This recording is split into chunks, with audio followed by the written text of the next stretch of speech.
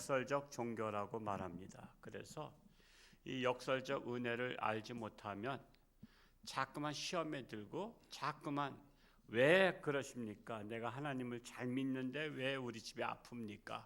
왜 망합니까? 그러면서 원망을 많이 합니다. 그래서 하나님의 은혜는 역설적 은혜라는 것을 깨닫는 것이 중요합니다. 자, 고난을 당하는 것이 내게 유익이라 말씀하신 것도 역설적 은혜죠. 누가 고난 당하는 거 좋아하겠어요? 근데 고난 당하는 것이 내게 유익이라고 말씀하셨잖아요.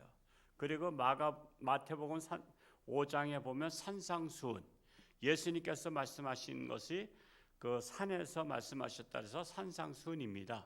갈릴리 바다를 바라보면서 성지순례 가면 거길 꼭 가봅니다. 그러면 비스듬하면서 약간 언덕이 졌어요. 그리고 한 5천 명 이상 앉을 수 있는 그런 자리인데 거기서 하신 말씀이 산상수훈인데 그 말씀 중에 보면 심령이 가난한 자는 복이 있나니 그랬어요. 심령이 가난해서 복이 있다는 거, 역설적 은혜입니다. 그리고 애통하는 자가 복이 있나니, 여러분 애통하는 자가 누가 복이 있다 그래요? 근데 기독교는 애통하는 자가 복이 있다. 또 의를 위해서 박해를 받는 자가 복이 있나니, 여러분 박해 받는데 복이 있다고 생각하는 사람들이 세상에는 없습니다. 그리고 예수님으로 말미암아 욕을 먹고 박해를 받고 거짓으로 악한 말을 들을 때에는 너희에게 복이 있나니. 그러니까 예수로 말미암아 욕 먹는 거, 예수 전에다가 욕 먹는 사람은 복이 있다는 거예요. 근데 세상 사람들은 그렇게 생각하지 않죠. 또 그래서 말씀하신 것을 보면 예수님께서 이런 말씀하신 거 보면 다 깊은 뜻이 있다는 것입니다.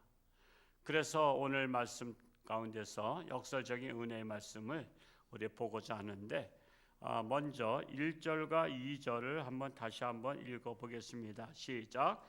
형제들아, 하나님께서 마게도냐 교회들에게 주신 은혜를 우리가 너희에게 알리노니 환난의 많은 시련 가운데서 그들의 넘치는 기쁨과 극심한 가난이 그들의 풍성한 연보를 넘치게 하게 하였느니라. 이 마게도냐 지방은 우리로 말하자면 강원도 지방을 말했죠. 그리고 강원도 지방에 홍천에 홍천중앙교회가 있듯이 마게도냐 지방 안에 강원도 같은 그 안에 고린도가 있어요. 고린도시가. 그 고린도시에 있는 고린도교회. 그래서 우리가 보통 어디서 왔어요? 그러면 예를 들어서 우리가 이 같은 강원도 안에서는 홍천에서 왔어요 그랬는데 저 전라도에 갔어. 그래도 어디서 왔어요? 그러면 뭐라 그래? 강원도에서 왔어요 그래요. 와, 먼 데서 오셨네 그러잖아요.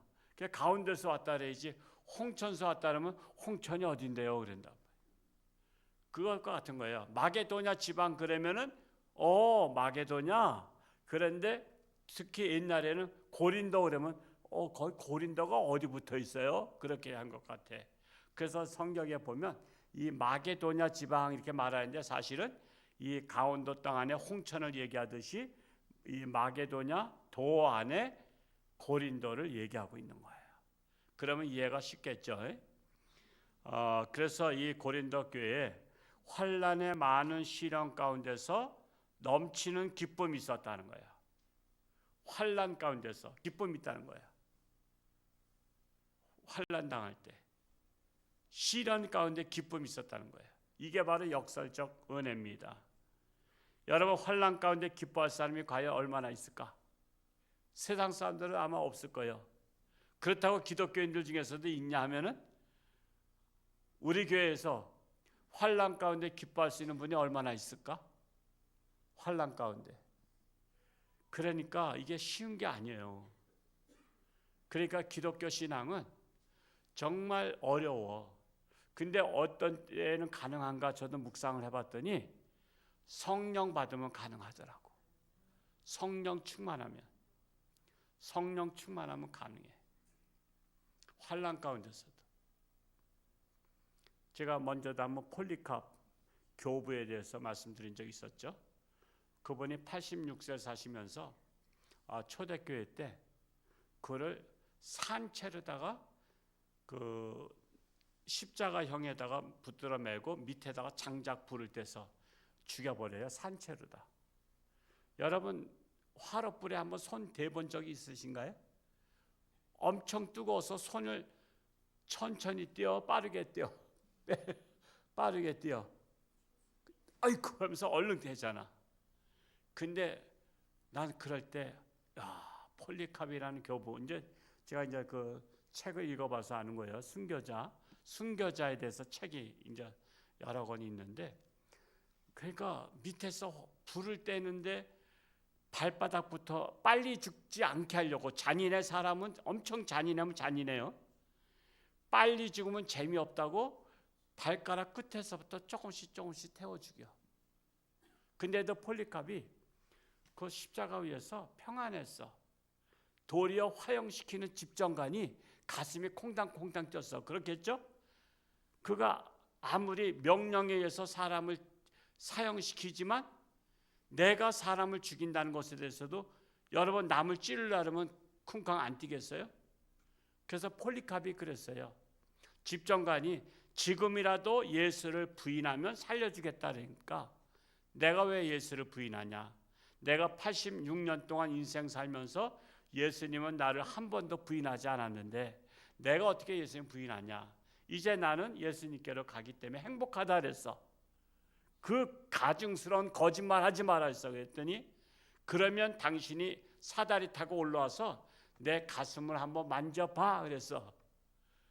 여러분 공포에 떨면 가슴이 콩당콩당 뛸까 안 뛸까? 뛰죠. 사람이 불안에 떨면 가슴이 심장 박동이 막 세지잖아.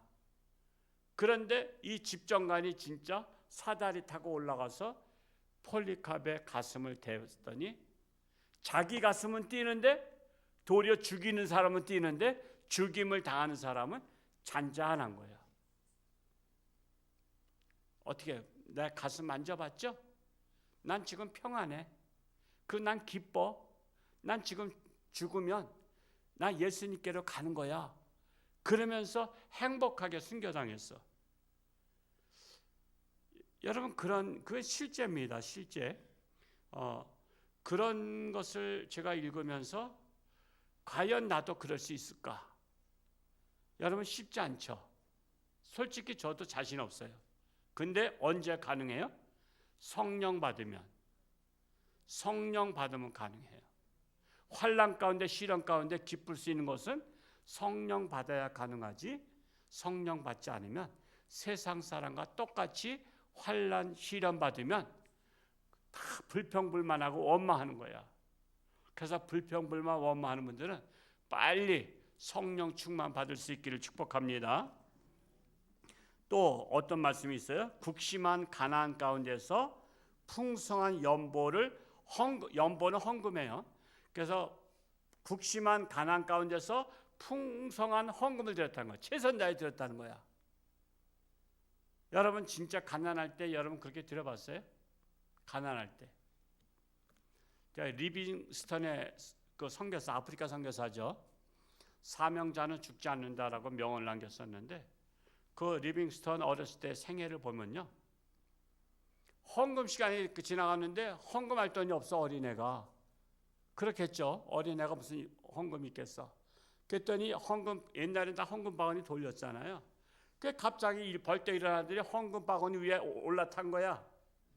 그러니까 너 뭐 하는 짓이냐 그랬어. 그랬더니 저는 드릴 게 없어서 저를 드립니다 그런 거야. 그거 참 대단한 청소년이죠. 어렸을 때. 저는 드릴 게 없어서 나를 드립니다. 나를 바칩니다 그랬어. 그리고 그분이 아프리카 선교사로 가서, 아프리카가 엄청 큰 땅이에요.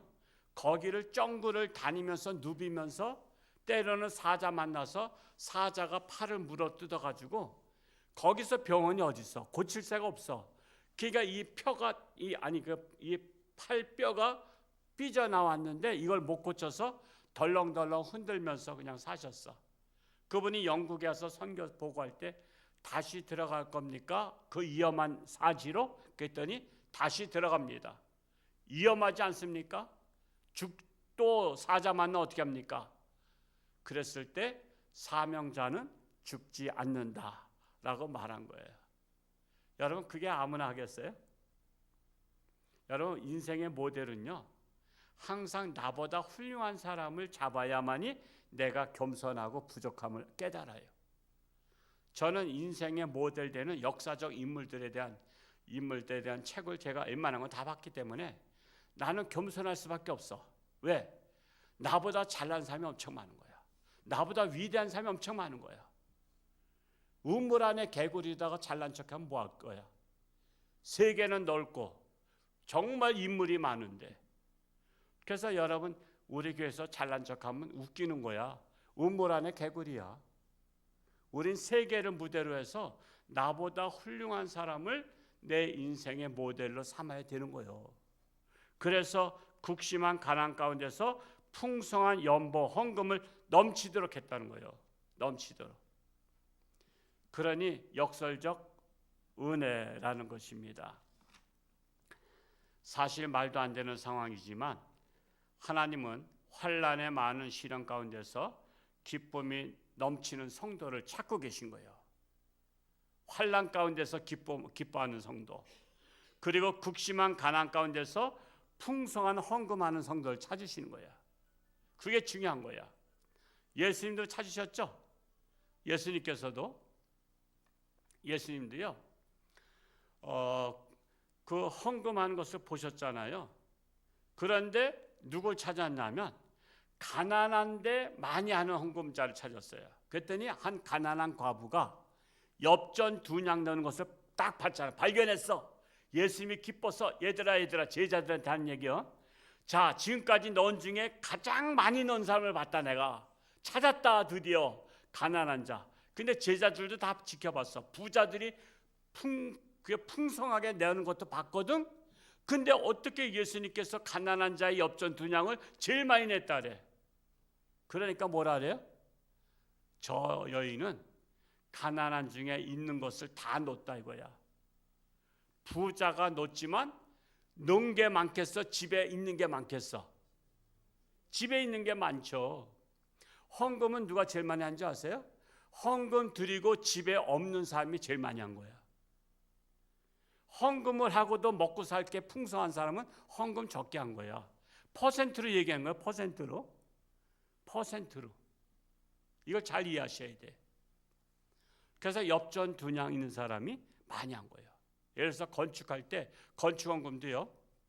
여러분 1억 있는 사람이 1억 헌금한 것하고 1000억 있는 사람이 1억 헌금한 것하고 그럼 누가 많이 한 거야? 1000억 있는 사람은 1억 해도 표시도 안 나. 없어진 게. 근데 1억 있는 사람이 1억 헌금하면요, 그 사람은 갈 자리가 없어. 살 데가 없어.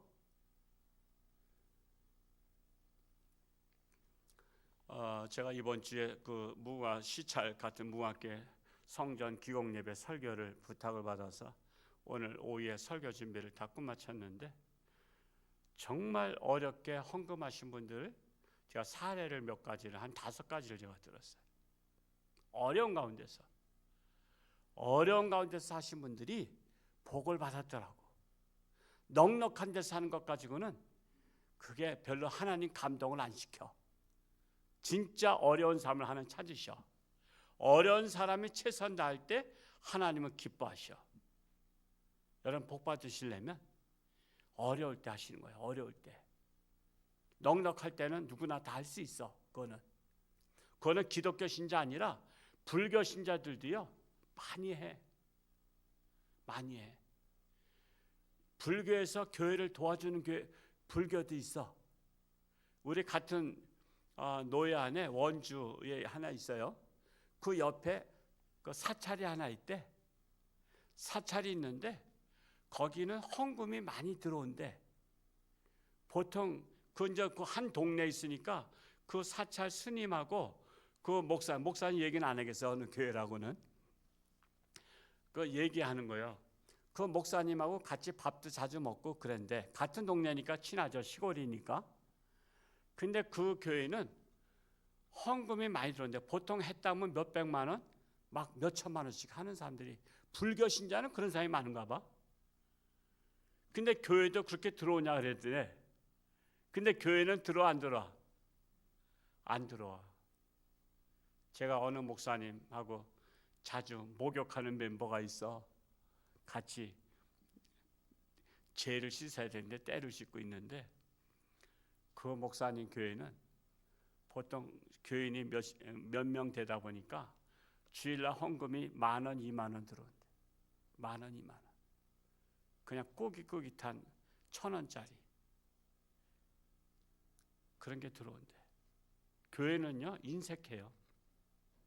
그래서 그 사찰 사찰 스님이 가끔가다 이렇게 시주를 한대. 교회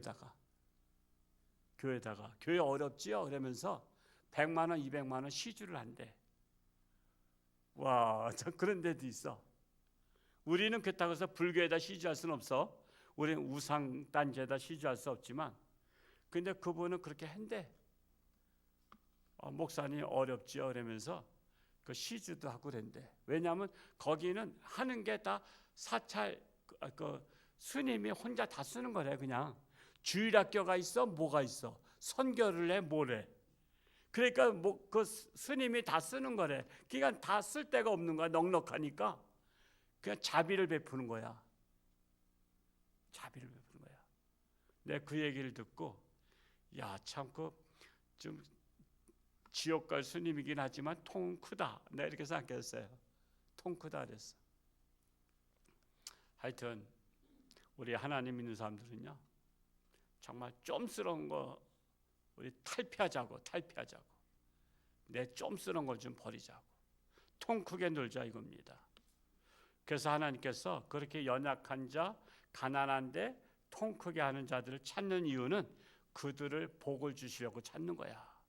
하나님은 복 주실 기회를 찾기 위해서 그런 자를 눈여겨 보시는 거예요. 그래서 고린도 교회는 힘대로 할 뿐만 아니라 힘에 지나도록 자원해서 연보를 했다는 거예요. 그래서 그 시골 교회가 사도 바울 선교비를 보낸 거야. 그래서 선교비를. 하나님은 최선을 다하는 성도를 찾으시는 거야. 그래서 하나님을 믿어도 교회를 다녀도 아무나 복 받는 건 아니야. 아무나. 최선을 다하는 자가 복을 받는 거야. 그러니까 받을 준비가 돼 있어야 받는 거지, 받을 자세가 돼 있지 않으면 교회를 백날 다녀도 지지궁상 떨어요. 저는 우리 교회 성도님들 지지궁상 떠는 분 한 분도 없길 제가 기도하고 있어요. 잘하는 거야, 못하는 거야? 기도 좀 바꿀까? 지지궁상 떠는 분은 평생 지지궁상 떨라고? 저도 사실 옛날에 지지궁상 떨던 사람이었어요. 진짜 먹을 게 없고, 학교 다닐 때 옛날에 토큰 있잖아. 토큰을 이렇게 차는, 그 토큰도 없어가지고 맨날 그거 동료들한테 그냥 좀 달라해서는 학교 다니고 그랬어. 굶기를 밥 먹듯 했어. 그래서 저 굉장히 대신 그럴 젊을 때는 제가 물찬제비 같았어. 날씬하고. 그런데 얼마나 잘생겼겠어. 근데 아무것도 없어. 근데 지금은 하나님께서 또 풍성하게 주셨잖아. 그러니까 여러분, 지지궁상 떨던 사람도 하나님께서 복을 주시면 풍성한 은혜를 주시는 거야. 그래서 저는 과거를 생각해서 제가 우리 교회 나눔의 이 교회로 다 나가는 게 다 그게 신세 갚는 거야. 신세는요, 나한테 베풀었던 사람한테만 갚는 게 아니야. 쓰리 쿠션 제가 얘기 잘하죠. 전 당구 칠 줄은 몰라. 근데 쓰리 쿠션은 알아. 내가 이쪽 공을 쳤더니 이쪽 공이 이쪽을 때리잖아. 그것처럼 그런 거야. A가 나를 도와줬더니 나는 C를 도와주는 거야. C는 D를 도와주고. 이게 하나님의 원리야. 꼭 나한테 이렇게 도와줬던 사람을 도와주는 것만이 되는 게 아니야. 그러니까 여러분, 어떤 때는 밥을 사는데 누군 밥 한 번 안 산다고 뭐라 그러지 말어. 그것 때문에 가끔 또 시험 드는 분들도 없잖아 있는데, 내가 그냥 밥 사줄 수 있으면 밥 사줘. 그냥 그리고 그분도 잘 되면 다른 사람 사주라래. 나 안 사줘도 되잖아. 그걸 꼭 나가 밥을 몇 번 사는데 저 사람 한 번도 안 산다고. 얄밉다고. 뭘 얄미워, 얄밉기는. 얄미워하는 그 마음 자체가 그 마귀가 준 거야. 우린 사랑스러워야지. 저는 그 친구 목사님 맨날 목욕 가면 내가 맨날 그 찜질복까지 해서 그럼 몇 시까지 내가 가겠다 그러면 내가 먼저 먼저 도착해. 어디쯤이야 그러면 한 5분 있으면 도착한대. 그럼 나 그걸 못 참고서 내가 먼저 들어가. 근데 돈은 미리 내고 들어가. 한 5분 후에 오시면 찜질복까지 드리라고. 그랬더니 그 카운터에 있는 아줌마도 알아. 어떻게 맨날 나만 돈 내냐. 있는 사람이 내는 거지 뭐. 있는 사람이 내는 거지. 뭘 내가 한 번 냈으니까 당신 한 번 내라. 그러면 똑같이 노는 거지. 똑같이. 이왕이면 더 풍성한 사람 되는 게 복이 아니야? 그러니까 내가 밥을 3번씩 샀는데 한 번도 안 샀다고 얄미워 죽겠다고. 그 순간에 마귀가 미움의 씨앗을 뿌린 거야. 우리는 그냥 평생 사줄 수 있으면 사줘. 나는 평생 사주고 평생 난 남 주는 사람 되고 싶지 얻어먹는 사람 되고 싶지는 않아. 우리가 그런 마음을 가지고 하면 그런 자를 하나님께서 복 주실 것을 믿습니다. 그래서 교회를 하나님을 믿어도 교회를 다녀도 아무나 복을 받는 것이 아니라 최선을 다하는 자가 복을 받는다라는 사실이에요. 두 번째로 9절 말씀을 한번 8장 9절 말씀 읽어볼까요? 시작. 우리 주 예수 그리스도의 은혜를 너희가 알거니와 부요하신 이로서 너희를 위하여 가난하게 되심은 그의 가난함으로 말미암아 너희를 부요하게 하려 하심이라. 예수님이 바로 역설적 주인공이신데 예수님은 원래 부요하신 자죠. 하나님의 아들로서 부족함이 없으신 분이야. 그런데 그 부요하신 자가 성도들을 위해서 가난한 자로 이 땅에 오셨잖아요. 가난한 자로 오셨어요. 그래서 가난하여 지신 까닭은 하나님의 자녀들을 부요하게 하려고 자신은 스스로 가난해지신 거예요. 부잣집 아들로 태어난 게 아니에요. 가난한 자의 아들로 태어난 거예요. 이 말씀을 따라 실천한 그리스도인들이 참으로 많아요. 자신의 재산을 다 팔아서 가난한 자들에게 나눠주고 수도원에 들어간 역사적 인물들이 참 많더라고. 여러분 그거 쉬워요, 어려워요? 우리나라에도 그런 분 있었죠. 그때 한번 그 영상도 나왔었는데 최춘선 할아버지라고 들어보셨는가? 들어보신 분? 그래도 있죠. 그러니까 이게 그냥 꾸며낸 게 아니에요. 그분이 맨발로 다니고 지하철에서 전도도 하고 그러신 분인데 그분이 제자들이 많더구만. 제자들 중에 출세한 사람들이 스승님하고 찾아와. 그러니까 거지같이 생활했다고 우습게 여기면 안 되는 거야. 그분의 조상 땅이 김포 땅 거의 다였대. 김포 땅. 지금까지 있으면 진짜 재벌 아니겠어요? 우리는 김포에 100평도 없어. 10평도 없고 1평도 없어. 근데 김포 땅이 다 그분 재산이었대. 근데 그거를 다 나눠주고 그렇게 학고방집 같은 데서 사셔. 그래도 행복하대. 그는 세상 재물로 행복한 게 아니야.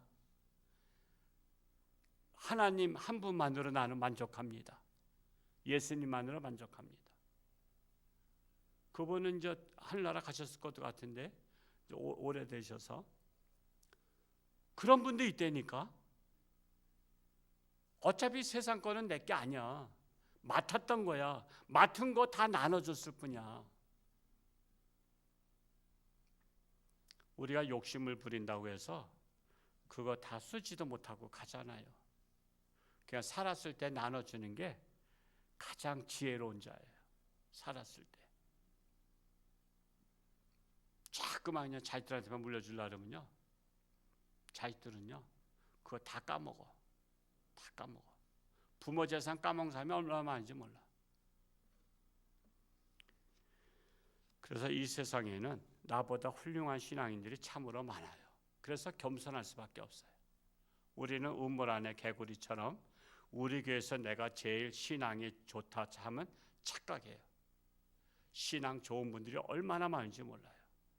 그러므로 나는 부족함을 느끼고 늘 겸손한 것이 지혜로운 자다라는 거예요. 세 번째로 14절 말씀으로 넘어가서 읽어보겠습니다. 14절 말씀 시작. 이제 너희의 넉넉한 것으로 그들의 부족한 것을 보충함은 후에 그들의 넉넉한 것으로 너희의 부족한 것을 보충하여 균등하게 하려 함이라. 말씀이 알쏭달쏭해요. 이거를 어떻게 쉽게 설명해야 되는가 제가 고민을 했어요. 이 나눔은 저축하는 것과 같다라고 표현하겠는데, 자, 처음에는 넉넉한 자들이 부족한 자들을 보충해 줬어요. 그런데 후에는 부족했던 자들이 넉넉한 자가 되어서 처음에 넉넉했던 자가 어떻게 부족한 자가 돼버렸어. 부자가 망했을 때 있죠. 부자가 망했을 때가 있어. 그랬을 때 부자일 때 많이 도와줬던 사람이 그 도움을 받고선 커서 그 부자인데 망한 사람을 도와주기도 한 거예요.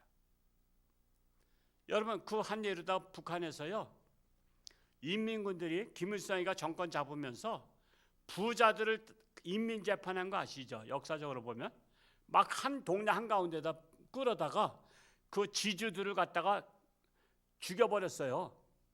그런데 지주 중에서도 안 죽은 사람이 있어. 어떤 사람인지 아세요? 평상시에 지역 사람들을 도와주던 사람. 이 사람은 죽이면 안 된다 그러고 공산당도 그 사람을 안 죽였어. 평소에 남을 도와주고 했던 사람. 바로 그거야. 넉넉했던 자가 가난한 자들한테 많이 뿌렸는데 자기가 어느 순간에 무슨 사업을 하든 뭐라든 어려움을 당했어. 근데 그 가난했던 자들 중에서 성공한 사람이 있어. 그 사람이 또 이 사람을 옛날 은혜를 생각해서 이렇게 도와줬다는 거야. 그런 말씀이에요. 이해가 쉽죠? 이해가 가요, 안 가요? 가요? 예, 감사합니다. 이는 마치 우리나라가 과거 70여 년 전에는 세계에서 원조 받던 나라잖아요. 근데 지금은 이제 뭐가 됐어? 원조 해주는 나라가 된 거야. 원조 해주는 나라가. 지금은 도와주는 나라가 된 거야. 우리나라 6.25 때 몇 나라가 도와줬어요? 73개국이 도와줬어요. 참전은 16개국. 73개국 우리나라 도와줬어. 엄청 도와준 거야. 우리가 뭐 그냥 그거 없이 된 게 아니라니까. 그런 도움을 받은 것 가지고 우리가 미천 삼아 가지고 일어난 거야. 그러니까 교만할 건 없는 거야. 우리가 도움 받아서. 그래서 지금은 넉넉한 나라가 돼서 그래서 도와줘야 되는 거야. 어떤 분이 그랬다고. 왜 자꾸만 우리 교회 선교금을 많이 선교사를 많이 돕냐. 우리 잠깐만 우리 쓰기도 바쁜데 그래요. 그래서 그 얘기를 했어. 옛날에 다 어려울 때 다 도와줬기 때문에 우리가 도와주는 게 아니라 신세를 갚는 거다. 신세를 갚는 거다.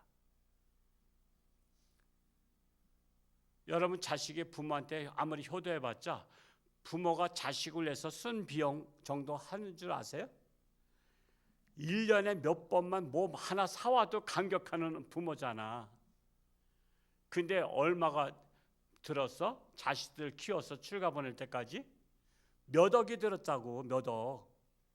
근데 몇 억씩 용돈 주는 자식이 있냐 말이야. 그래서 아무리 효도해도요, 그거는 신세를 갚는 것에 불과하지 그렇지 않은 거예요. 우리나라가 아무리 다른 나라 도와줘도요, 신세 갚는 것에 불과한 거야. 저도 우리 교회도 마찬가지야. 우리 교회가 다른 데만 도와준다고 말은 하지만 근데 실상은 신세를 갚는 거야. 여러분이 오기 전에 저 엄청 많이 도움받았어요. 엄청 많이 도움받았어. 그냥 저를 사랑하는 분들이 우리 교회를 쏟아 부어줬어.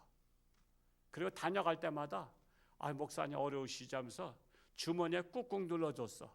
나 그거 가지고 살았어. 밥도 사주고, 오시면은 목사님 밥 사주러 왔대. 아유, 왔으니까 내가 밥 사줘야지. 홍천에 왔으니까 했더니, 아유, 제가 밥 사주러 일부러 왔는데요, 뭐 이러면서 밥 사주고, 그것도 늘 계기 사주고, 또 용돈 또 끄집어주고. 내가 그렇게 받았기 때문에 제가 베푸는 거예요. 그렇다고 내가 무슨 자선사업가도 아니야. 신세를 갚는 거야.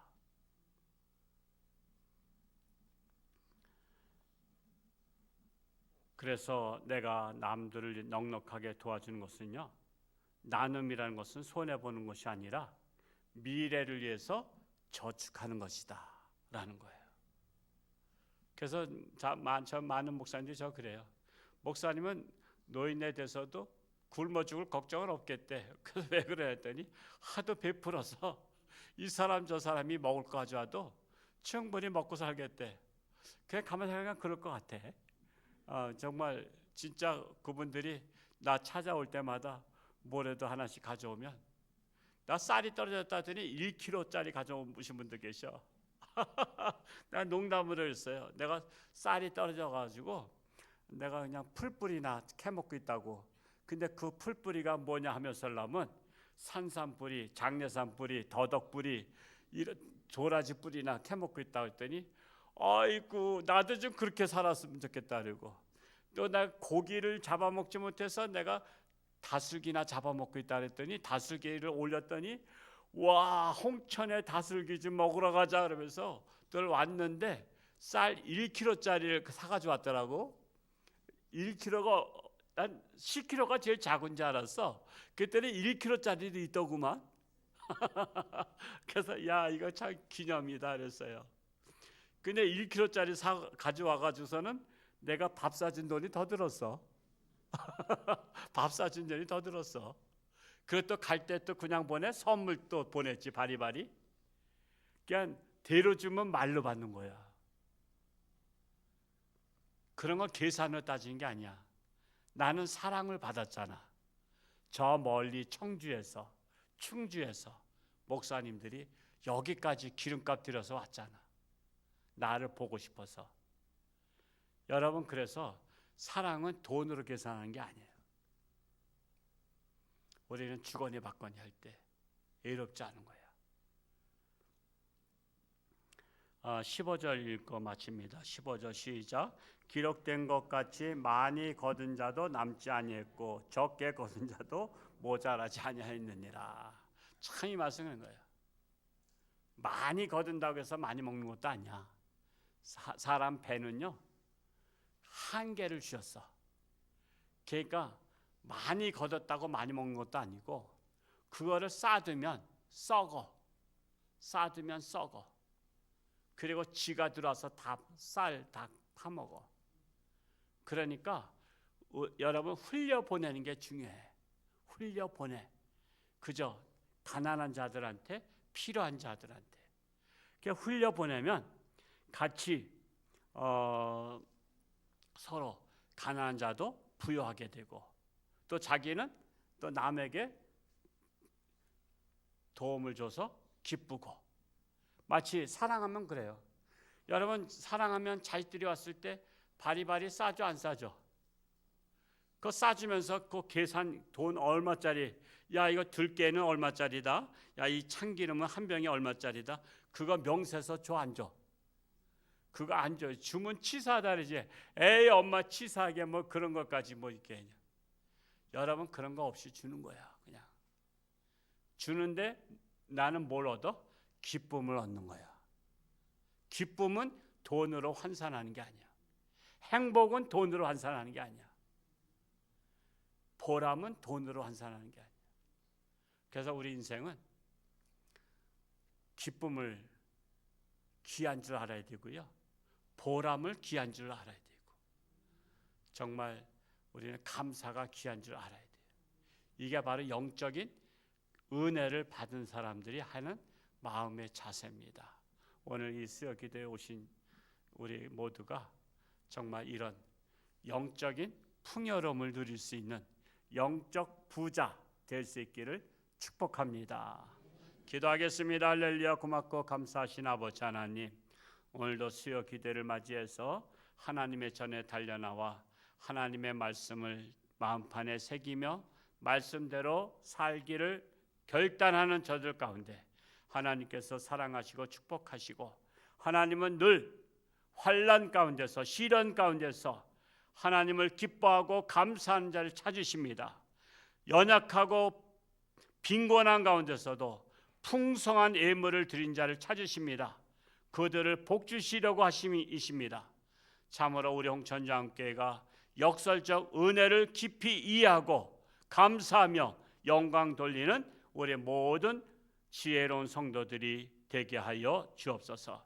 이 시간도 귀한 감사임을, 또 진급에 대한 감사를 드렸습니다. 감사가 넘치는 가정, 자녀 되게 하여 주옵소서. 우리 나라를 위해서 기도합니다. 정의로운 나라, 공의가 실천되는 나라가 되게 하시고, 세계를 위해서 기도합니다. 세계는 전쟁 중에 있습니다. 무고한 국민들이 죽어가고 있습니다. 어서 속히 전쟁이 종식되고 평화의 나라가 임하게 하여 주옵소서. 육신의 질병으로 고통 속에 있는 자들을 긍휼히 여기시고 치료하는 광선을 바라사 깨끗함 받고 하나님 영광 나타나게 하여 주옵소서. 감사드리며 예수님의 이름으로 기도하옵나이다. 아멘.